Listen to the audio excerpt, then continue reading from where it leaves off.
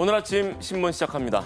이상기후 여파로 국산 어획량이 줄어들면서 시중의 수입 수산물의 비중이 커지고 있다는 기사 먼저 보겠습니다. 네, 한국 경제부터 볼까요?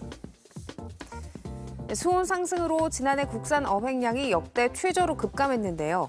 최근엔 홍합, 전복, 바지락 등도 집단 폐사하면서 대형마트에서는 수입 수산물 비중을 늘려가고 있는 추세입니다. 오징어, 고등어는 이미 전체 물량의 절반을 차지했고 가자미도 지난해보다 수입량이 늘었습니다. 문제는 기후변화가 해결되지 않는 이상 식자재 공급 불안이 계속될 수밖에 없다는 건데요. 설상가상으로 어가 인구는 2014년 14만여 명에서 지난해 8만 7천 명으로 절반 가까이 급감했고 농가 인구도 24% 줄었습니다. 이러다 보니 지난해 농축수산물 수입액은 502억 달러에 달해 무역수지 적자도 심화하고 있는데요. 정부는 특정 품목에 한시적으로 낮은 세율을 적용하는 할당 관세를 활용하는 한편 기후변화에 잘 적응하는 품종 개량에 나설 방침입니다. 다음은 동아일보입니다. 최근 경찰서에서 보관된 현금 압수물을 경찰이 훔치거나 빼돌린 사건이 잇따라 적발되면서 압수물 관리가 허술하다는 지적이 나오고 있습니다. 경찰청 매뉴얼에 따르면 경찰이 압수한 압수물은 각 경찰서의 압수물 통합 증거물 보관실에 봉인돼서 검찰 송치 전까지 보관되는데요. 압수물 관리를 담당하는 인력이 단 한 명뿐이라 감독의 공백이 생길 수밖에 없습니다. 그리고 압수물 목록을 작성하기 전에 압수물을 빼돌리면 모를 수밖에 없습니다. 수사가 길어져 압수물이 경찰서에 보관되는 기간이 길어지면 관리가 더 허술해져서 도난 가능성은 더 커지고요. 전문가들은 불시 점검이나 교차 점검을 통해서 관리 감독을 강화해야 한다고 지적했습니다. 이어서 국민일보입니다. 국내외 IT 업체들이 막대한 자본을 투자해 보이스 엔진 개발에 성공했지만 공개를 망설이고 있다는 기사입니다. 짧은 음성 파일을 학습하는 것만으로도 특정인의 목소리를 완벽하게 재현하는 보이스 엔진 기술이 보이스 피싱 범죄를 확산시켰다는 비판을 받고 있기 때문인데요. 최근 네이버는 약 2초 길이의 음성 파일로 대화까지 가능한 보이스 엔진 기술 개발을 마쳤지만 딥보이스 범죄 시도를 차단하기 위해 기술 공개를 보류하고 상용화 시점을 미루기로 했습니다.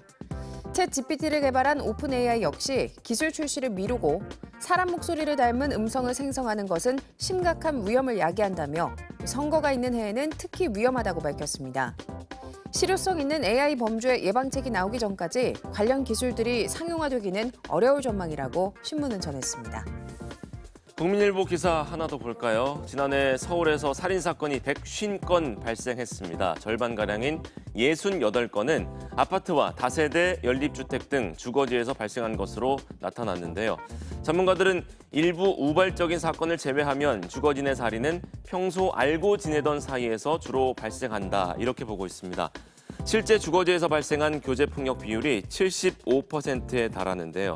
경찰은 아파트 공동현관을 신속하게 통과할 수 있는 출입 시스템을 도입하고 시민 요청 시 특정 지역을 집중 순찰하는 등의 빠른 출동과 대응으로 범죄를 예방하겠다는 방침입니다.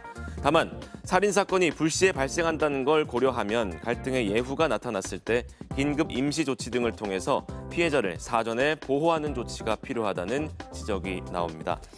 끝으로 지역신문 기사 살펴보겠습니다. 재미일보입니다. 제주도 내 해안가 인근에서 매년 차량 추락 사고가 잇따르고 있지만 안전대책은 부실하다는 기사입니다. 제주시 애월읍 일대 해안가와 구좌읍 월정리 일대 해안가에는 추락을 방지하는 방호 울타리 시설물과 안전시설물이 곳곳에 설치돼 있지만 일부 시설물은 높이가 낮아 차량이 쉽게 이탈해 절벽으로 추락할 가능성이 높았고요. 안전시설물이 부러져 있거나 도로 표면에서 분리된 채 나뒹구는 등 보수가 시급한 상황이었습니다. 제주 해양경찰청에 따르면 최근 3년간 제주 해안가 일대에서 발생한 추락 사고는 모두 246건으로 40여 명이 숨지거나 다쳤습니다. 지금까지 오늘 아침 신문이었습니다.